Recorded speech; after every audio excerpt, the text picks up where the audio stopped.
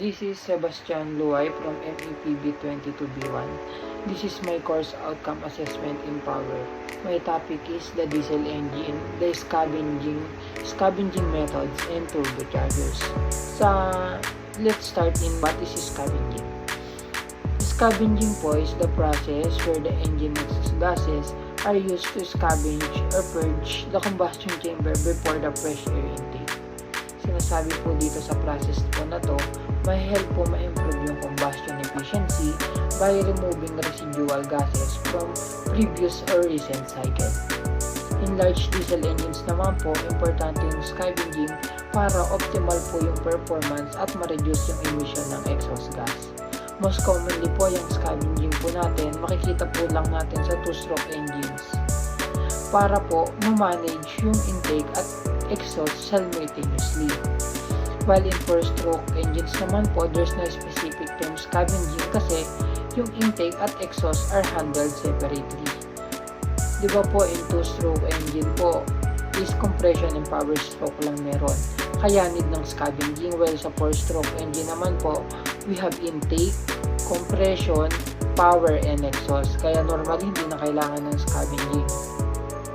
And here's the scavenging methods. There are three different scavenging methods. The direct scavenging, loop scavenging, and uniflow scavenging. In direct scavenging, air enters in the intake port at one side of the cylinder and leaves through the exhaust port at the other side. Sa loop scavenging naman po, air enters through intake ports and leave through exhaust port located at the same side of the cylinder. While the uniflow scavenging po, siya po yung pinaka-naiiba sa kanila kasi po, ang air po galing po dun sa intake port sa side ng cylinder at maglilib naman po sa exhaust valve na makikita po natin sa cylinder head.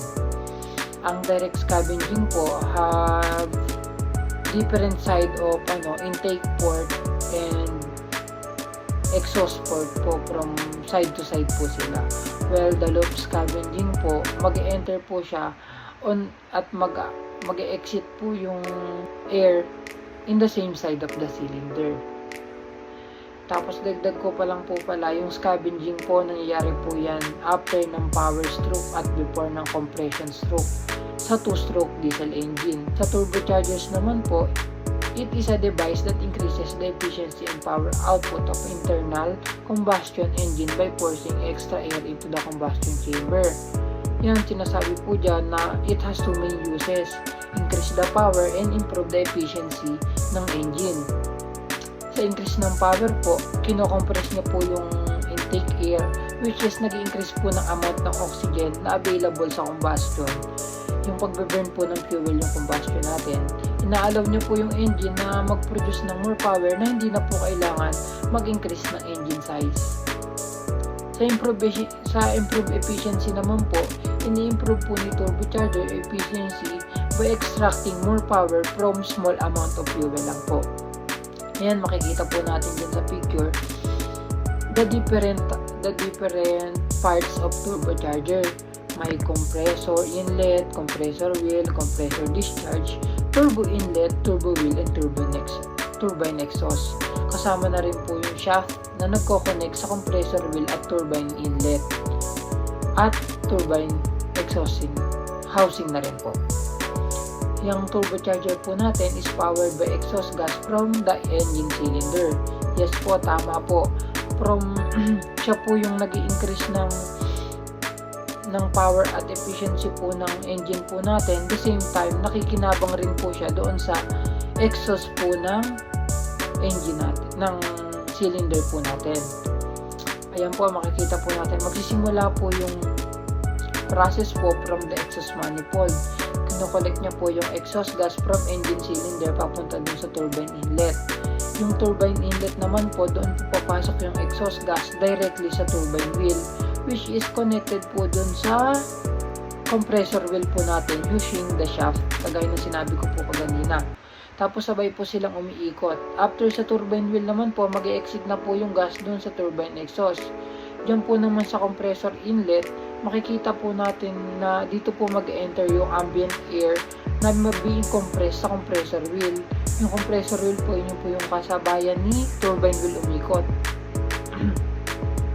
Sa compressor inlet naman po, dito po nag-enter yung ambient, compressor discharge naman po, dito po makakompress yung, dito po mag-exit yung compressed air after makompress po dun sa compressor wheel.